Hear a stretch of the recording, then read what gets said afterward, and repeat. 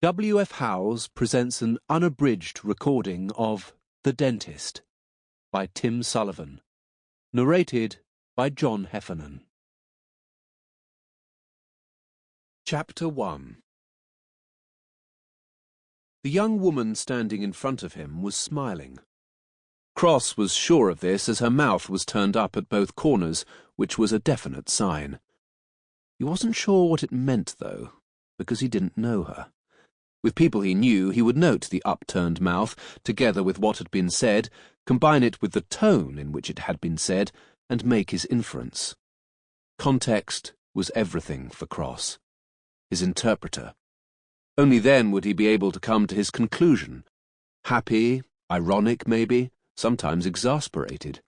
With some work colleagues he had a mental library of their smiles, frowns, inquiring expressions, catalogued in his head for reference. Frame grabs from previous conversations which he could then recognize and use to determine his reaction. This was a necessary process for Cross, as smiles meant nothing to him per se. They didn't trigger any innate emotional response in him. They didn't make him feel anything. He didn't empathize.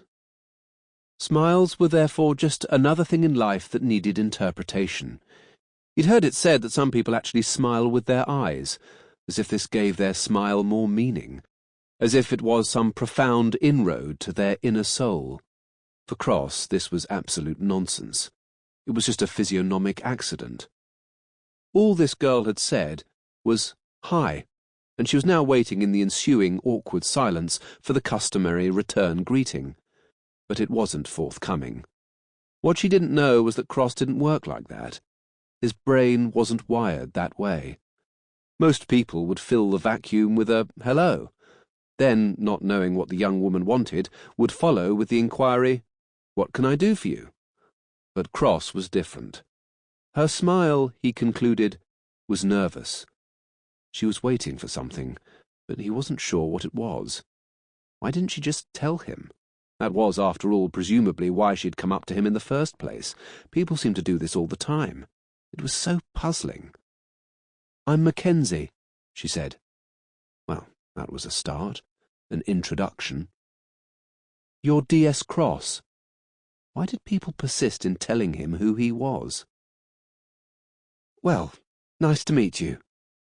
She paused another moment, just to make sure Cross wasn't going to respond. He wasn't. So she left. He watched her go, then turned his attention back to the corpse lying at his feet. Sample complete.